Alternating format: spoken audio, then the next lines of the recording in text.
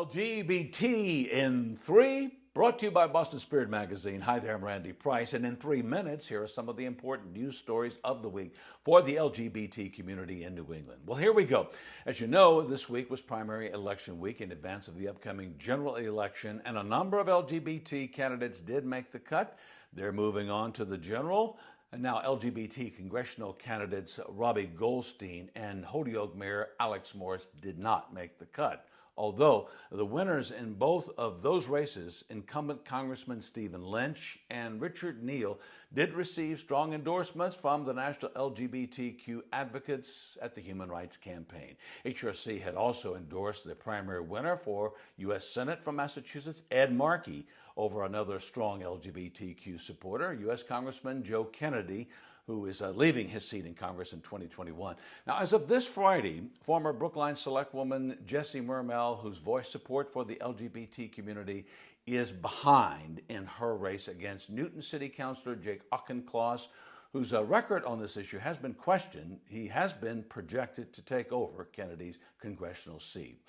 Some of the other LGBT candidates from the Bay State who will be moving on to the general election include State Senators Joe Comerford, representing Hampshire, Franklin, and Worcester, Julian Sear, representing the Cape and the Islands. And also moving on are State Representatives Natalie Higgins, Kate Hogan, Jack Lewis, Liz Malia, and Sarah Peake, as well as Eileen Duff from the Massachusetts Governor's Council, representing District 5.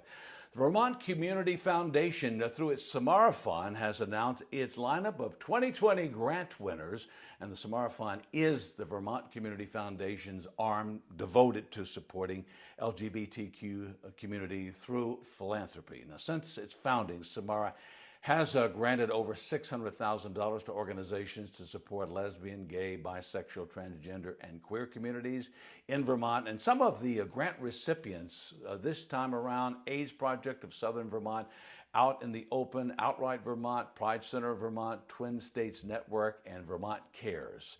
The Human Rights Campaign has named Boston-based Fenway Health a 2020 Healthcare Equality Leader. Leader status is awarded to healthcare facilities that attain a score of 100 in HRC's Healthcare Equality Index. The 13th edition of the index gives participants a numerical score based on their LGBTQ inclusive policies and practices. Index participants are given scores in 4 criteria: non-discrimination and staff training, patient services and support, employee benefits and policies, and patient and community engagement. And finally this week, pop superstar Cher raised $2 million for Joe Biden, Kamala Harris's presidential ticket, and she was the star of a virtual LGBT-themed fundraiser earlier this week. Cher asked the streaming crowd if they believe in life after Trump. Take on her popular single, Believe.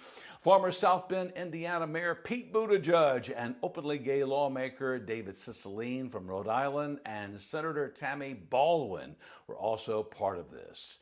In his appearance at the fundraiser, Joe Biden promised to sign the Equality Act into law within his first 100 days in office. The Equality Act has passed the House but has not come up for a vote in the Senate. It would amend various civil rights laws to explicitly protect LGBTQ people from discrimination. And there you have it. You're all up to the moment in this week's news. Feel free to share these headlines to your page, and be sure to like Boston Spirit Facebook page.